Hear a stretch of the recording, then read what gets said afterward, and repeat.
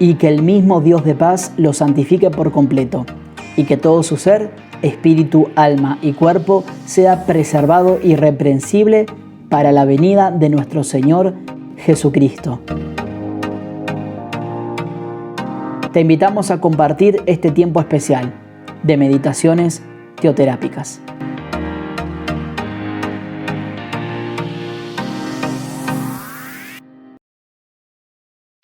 Muy buenos días, querida familia, que Dios les bendiga rica y abundantemente. Mi nombre es Cristian Larco, saludándoles desde acá, desde Quito, Ecuador, pues a toda la familia Centicity a nivel global. El día de hoy vamos a hablar acerca del tema ajustando la conciencia.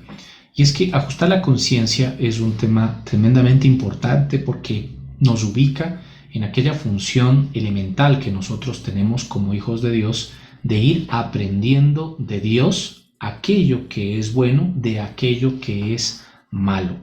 Ahora, para poder entender este tema y poderlo compartir de la mejor forma, lo primero que vamos a tener que estudiar es cómo estaba la conciencia antes de la caída.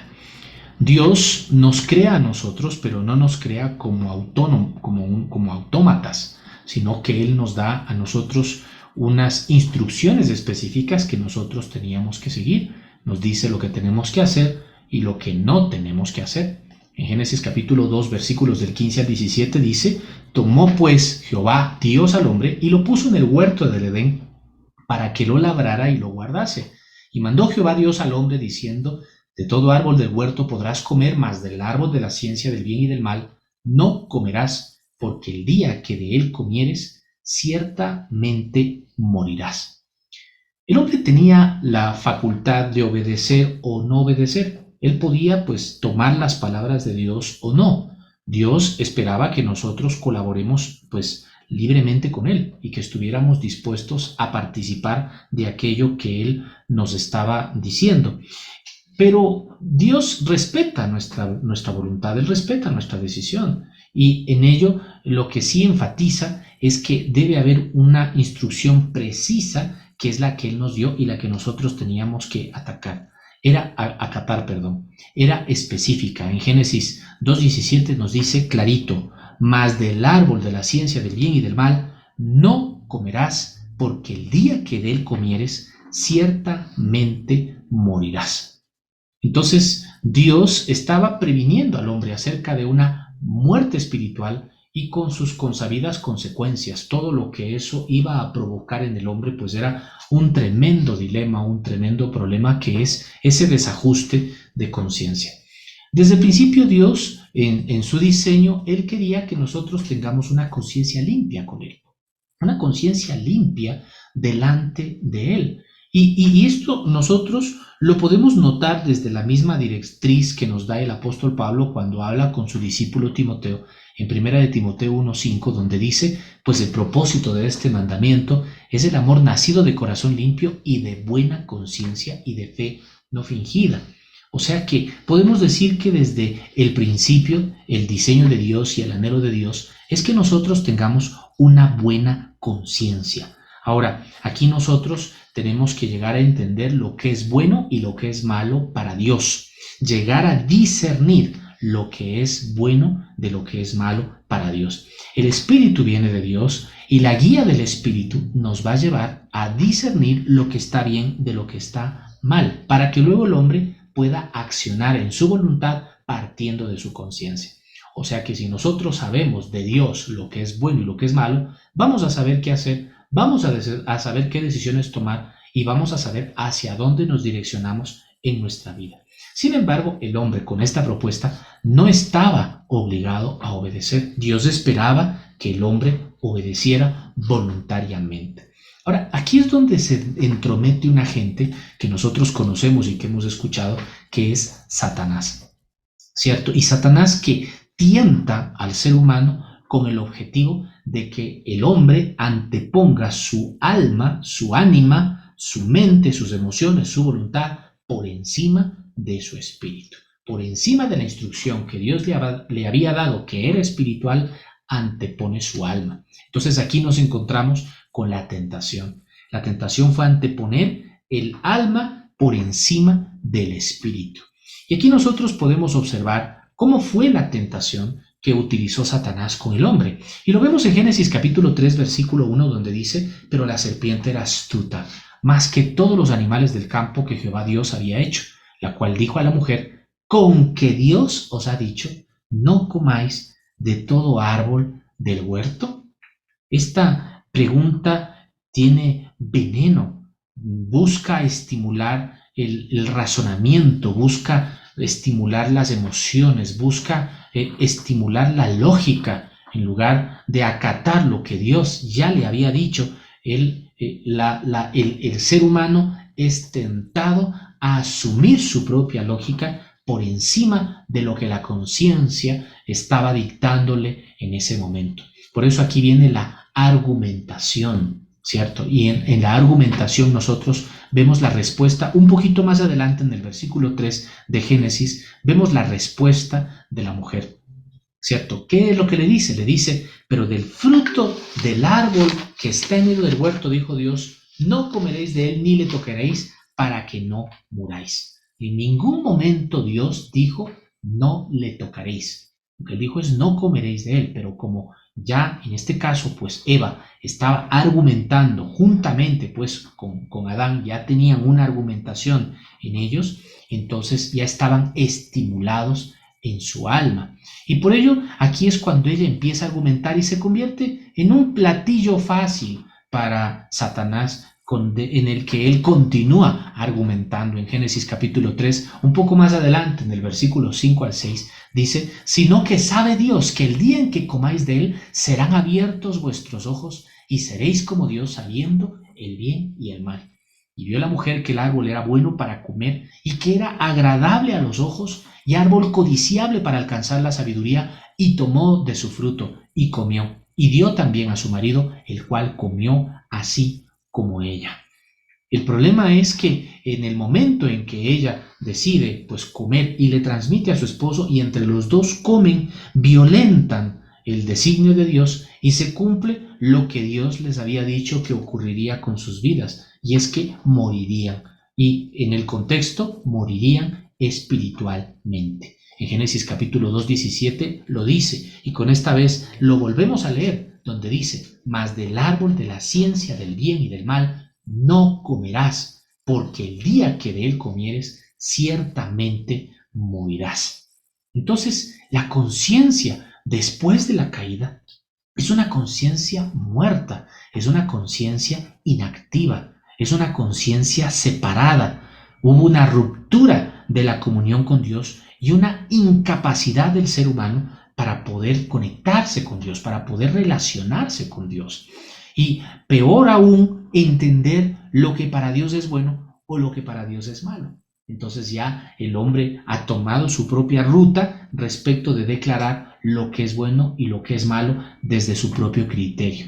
Hay una falta de entendimiento después de la caída en el hombre, en el cual el hombre no logra identificar los designios de Dios ni el propósito de Dios, porque no puede, está bloqueado, su espíritu está inactivo e infuncional. El apóstol Pablo nos lo explica claramente en 1 Corintios capítulo 2, en el versículo 14 nos dice: pero el hombre natural no percibe las cosas que son del Espíritu de Dios, porque para él son locura, y no las puede entender porque se han de discernir espiritualmente. La conciencia, como vemos, no capta las cosas de Dios, no percibe, sino que se deja llevar por su razonamiento. Y en muchas ocasiones es su razonamiento el que prima por encima de lo que Dios dice en su conciencia. O sea que el hombre trata de razonar más que percibir espiritualmente lo que es correcto de lo que no lo es. Y vemos pues varios ejemplos, pero uno de los ejemplos más importantes lo podemos encontrar en Lucas capítulo 18, versículos del 11 en adelante, donde vemos cómo Jesús nos plantea el ejemplo de dos personajes, por un lado un fariseo y por otro lado un publicano.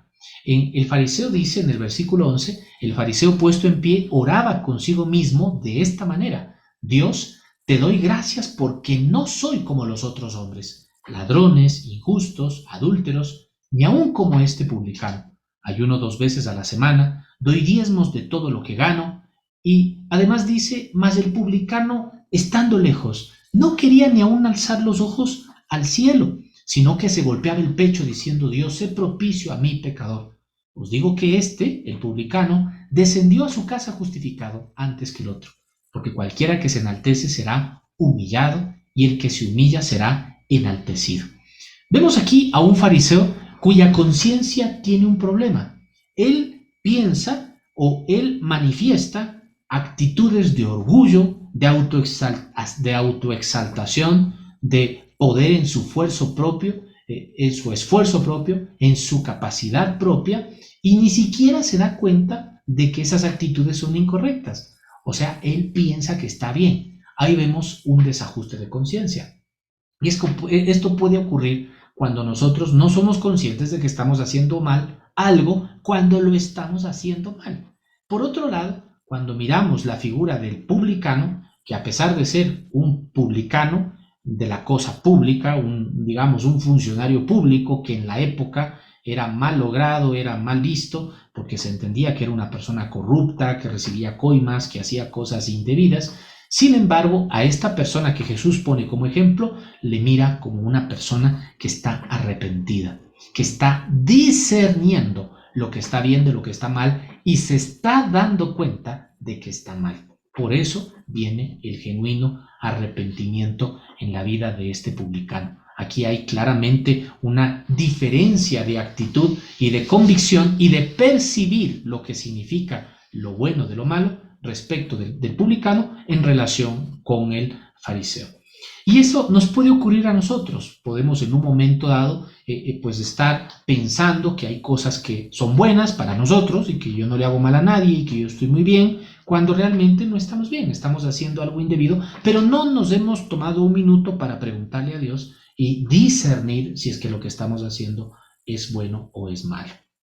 Ahora, lastimosamente, en la humanidad, ¿qué ocurre? En la humanidad caída, la humanidad que no ha tenido un encuentro personal con Jesucristo, tiene una mente en su gran mayoría completamente desajustada. Una mente que se deja guiar por las intenciones de una conciencia que está inactiva, que no está funcionando bien, pues lo que va a ocurrir es que cada persona va a llamar bueno a lo que crea que es bueno y cada persona va a llamar malo a lo que crea que es malo. Por eso es que hay tantos criterios sobre el bien y el mal. Por eso es tan difícil definir la moral del hombre, porque la moral del hombre dependería de lo que las grandes mayorías digan, que algo es bueno o que algo es malo.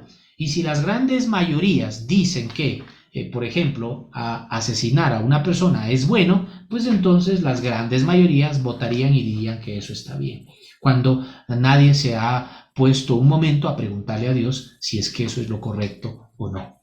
En Romanos capítulo 1, del versículo 21 al 23, el apóstol Pablo nos explica esto. Dice, pues habiendo conocido a Dios, no le glorificaron como a Dios, ni le dieron gracias, sino que se envanecieron en sus razonamientos, y su necio corazón fue entenebrecido.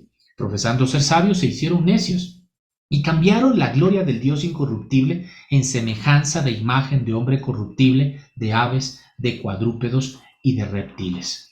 Como vemos aquí hasta este texto, vemos que el razonamiento humano es poderoso.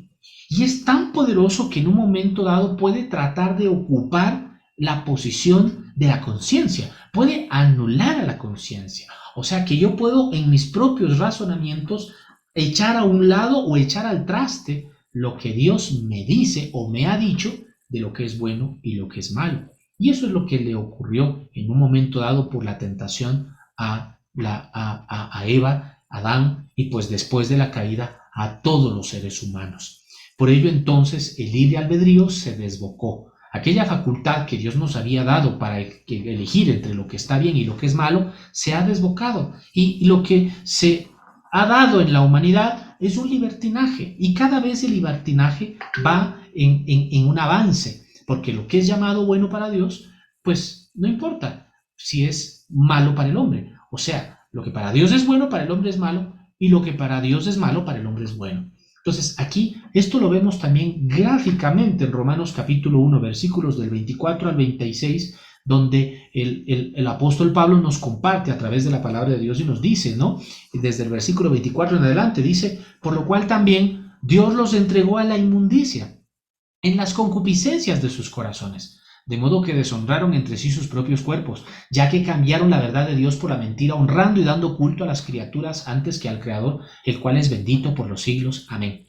Por esto Dios los entregó a pasiones vergonzosas, pues aún sus mujeres cambiaron el uso natural por el que es contra naturaleza, y de igual modo también los hombres, dejando el uso natural de la mujer, se encendieron en su lascivia unos con otros, cometiendo hechos vergonzosos hombres con hombres y recibiendo en sí mismos la retribución debida a su extravío.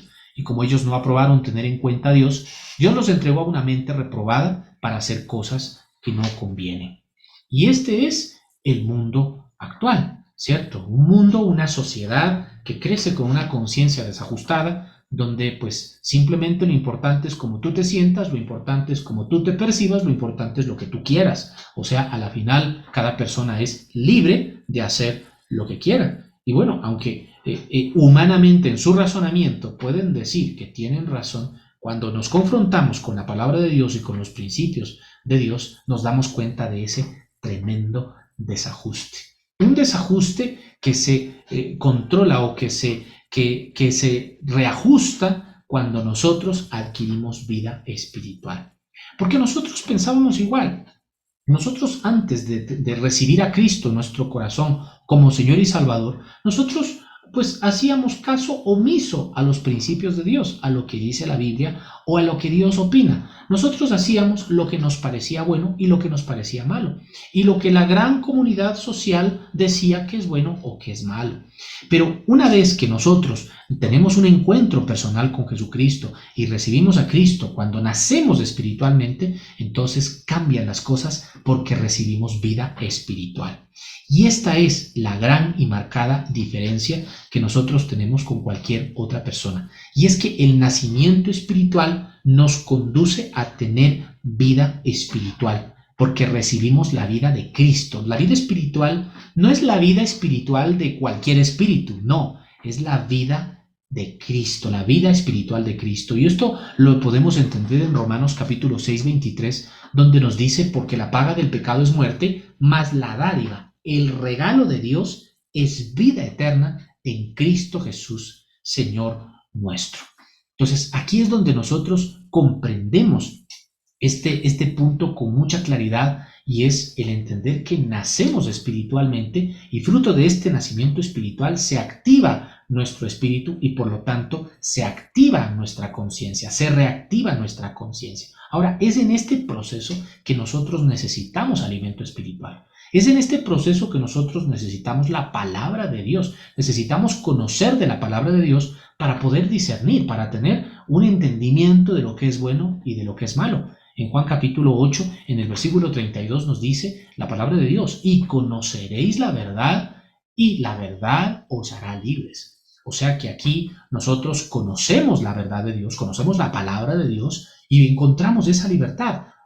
Nos damos cuenta de que hemos estado equivocados en muchas áreas de nuestra vida y comenzamos a corregir. Cada vez que nos acercamos a Dios, cada vez que escuchamos, como este devocional, por ejemplo, usted se alimenta y discierne. Y dice, oye, yo he estado mal en esto, he estado haciendo mal en lo otro.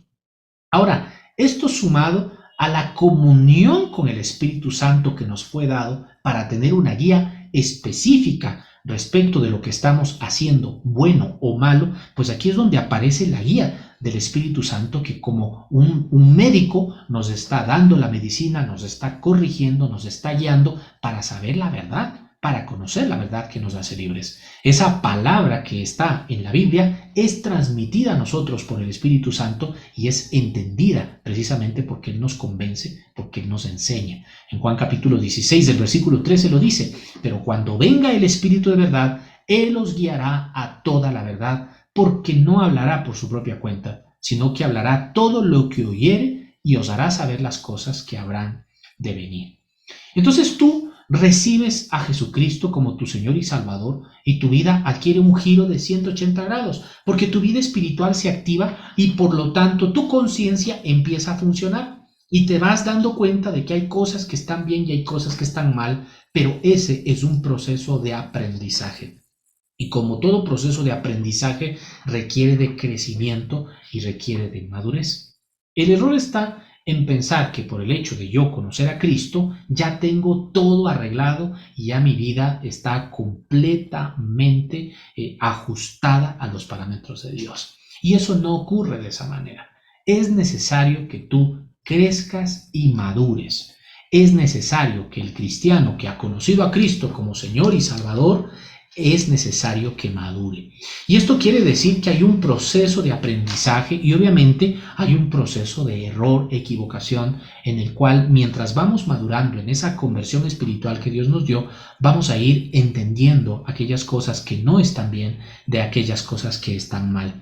Por eso este camino es el camino que nosotros tenemos que seguir. Ahora, el apóstol Pablo nos explica que el camino de la madurez, para entrar en el camino de la madurez, es necesario dejar la inmadurez.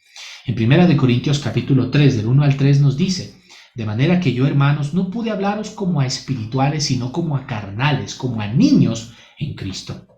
Os di a beber leche y no vianda, porque aún no erais capaces, ni sois capaces todavía, porque aún sois carnales, pues habiendo entre vosotros celos, contiendas y disensiones, ¿no sois carnales y andáis como hombres? Aquí vemos cómo el apóstol Pablo nos habla directamente como si fuésemos niños, como si fuésemos inmaduros, y de hecho nos está diciendo que como cristianos no podemos asumir una posición inmadura de no alimentarnos de manera adecuada, de tal manera que podamos discernir y que no nos dejemos llevar por esa intencionalidad de lo que es bueno y lo que es malo que nos enseña el mundo, que nos enseña la sociedad, la mente social, que no es la que nos guía, no es la que debería a nosotros que somos cristianos darnos el perfil de las decisiones que tenemos que tomar, sino al contrario, tenemos que aprender a escuchar la voz de Dios. Ahora, para concluir este tema y para concluir pues este tiempo devocional, quiero compartirles un pasaje que nos ayuda a entender un poco más esto que les acabo de mencionar. En Hebreos capítulo 5, versículos del 13 al 14 dice: y todo aquel que participa de la leche es inexperto. O sea que aquí nos habla de la inexpertise, que tiene que ver con el hecho del desconocimiento, tiene que ver con la necesidad de que tú te vuelvas experto en la palabra de Dios. Ahora, esto no quiere decir que tú te vuelvas experto en teología o experto en conocimiento bíblico, porque no estamos entendiendo el conocimiento de Dios, el conocimiento de la palabra de Dios desde esa perspectiva, sino que lo que estamos entendiendo es que la palabra de justicia tiene que aplicarse en tu vida de tal manera de que tú puedas discernir, de que puedas identificar a aquello que está bien de aquello que está mal.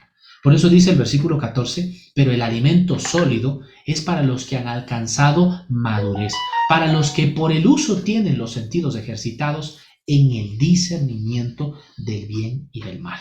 O sea que en la medida en que identificamos madurez en un cristiano, es que el cristiano puede discernir, se da cuenta de lo que está bien y de lo que está mal y puede de esa manera orientar su vida, tomar las mejores decisiones, actuar como verdadero cristiano. Es necesario un ajuste de la conciencia a los parámetros de Dios. Es necesario que nuestra conciencia esté ajustada para que no tomemos decisiones equivocadas, para que no nos movamos fallidamente y que en un momento dado podamos glorificar a Dios con nuestra vida, con nuestro testimonio, con todo lo que hacemos diariamente. En ese contexto, entonces, querida familia, quisiera que oremos y le pidamos al Señor, pidámosle al Espíritu Santo que Él aplique en nuestras vidas este ajuste de conciencia. Amado Padre, te damos gracias por esta mañana, Señor. Gracias porque tú nos permites entender que nuestra vida espiritual está activa, que tú nos has permitido conocerte y recibirte para que podamos vivir en la guía de tu Espíritu, para que podamos escuchar tu palabra y permitirle al Espíritu Santo que implante en nuestra vida esa palabra escrita, esa palabra entendida, esa palabra que nos diriges hacia cada uno de nosotros, con la que nos iluminas para que podamos ajustar la conciencia, para que podamos identificar nuestras fallidas actitudes, nuestras intenciones equivocadas, Señor. Gracias, Dios, porque yo sé que tú estás obrando en mi vida como sé que estás obrando en la vida de cada uno de tus hijos. Nos estás preparando, Señor, a cada uno para que ajusten cada día su conciencia y puedan caminar hacia tu voluntad, hacia una vida de obediencia y como consecuencia necesaria, una vida de bendición. Porque una vida de obediencia es una vida de bendición siempre que estamos guiados por tu Santo Espíritu. Señor, muchas gracias por esta mañana.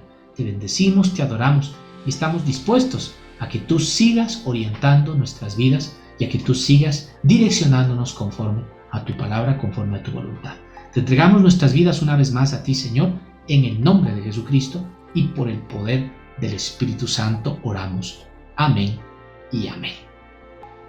Amén, amada familia, qué gusto poder compartir con ustedes en este tiempo. Pues saludos, como les decía, desde acá, desde Quito, Ecuador.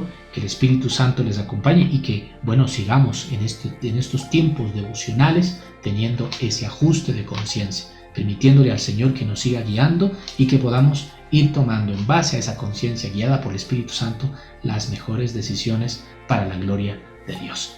Familia linda, que el Señor les bendiga rica y abundantemente. Shalom, shalom. Muchas gracias por acompañarnos. Te invitamos a participar del próximo encuentro de meditaciones teoterápicas.